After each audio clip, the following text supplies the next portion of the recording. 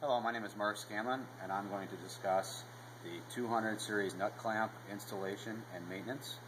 This is basically generally applied to all the other nut clamps as well. Anytime you're going to work with a PFA product, you want to, of course, reference your PFA user guide, which discusses installation and maintenance procedures. This video is just a guide to help you along with maybe some visual things that can't really be shown in a procedure. Okay, here we have a 200 series nut clamp, and basically what we provide you with is this nut clamp and also a stud already attached to the T-nut. Typically this is Loctite in place, and also it might be dented in to ensure that this cannot be removed to help secure it in place.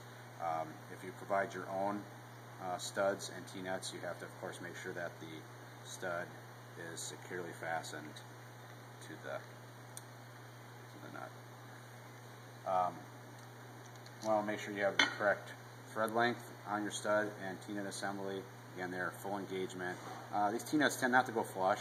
That's just the way they are, but they're very close to flush, and they're in there very tight. You want to drive them into position and lock them in place.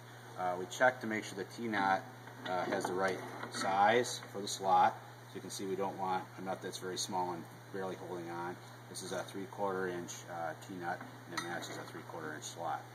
We want to check the clamp for proper threads and make sure the threads look good, they're not damaged or dented, so they spin on very smoothly. Okay, in this case we're going to spin it on, it's not attached to anything. And we're going to get a height here. Here we're just using something to act as a slot. Oh, matches up, we're going to spin it down. So imagine it's snug here. Okay, back it off a little bit, one turn. Now what we have is we've minimized the gap between the T-nut and the slot, and we've minimized the gap between the clamping plate and the clamp itself. At this point, we could attach hydraulics, and this would be then set up at the proper height to minimize that gapping. And there's a procedure drawing that talks about the gapping between the nut and the clamp and so forth, and repeats all the things that I've talked about here so far. Now, there is a possibility to make this a little easier and to maybe prevent it from somebody coming along and unscrewing this a bunch so that it gets too much gap in it, and that is to perhaps, just as it's up to you, you can do this or not, provide some little jam nuts here, and it can be screwed on the top, just like so. Screw it down so it's snug, and then basically put another one on to jam against that one and put it in place. So now if you take it out, even if they move it around, okay, they can't turn this out anymore because this hits.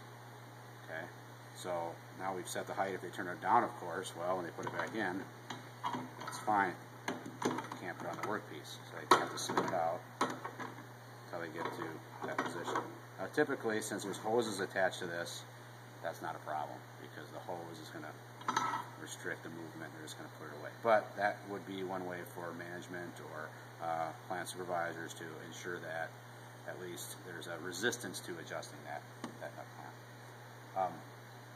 As far as seal replacement, of course we always recommend that clamps be sent back to PFA if they're leaking, so we can inspect them for internal damage and put the new seals in for you. Now we have a great labor rate to do that, so please send all your clamps in to PFA for evaluation.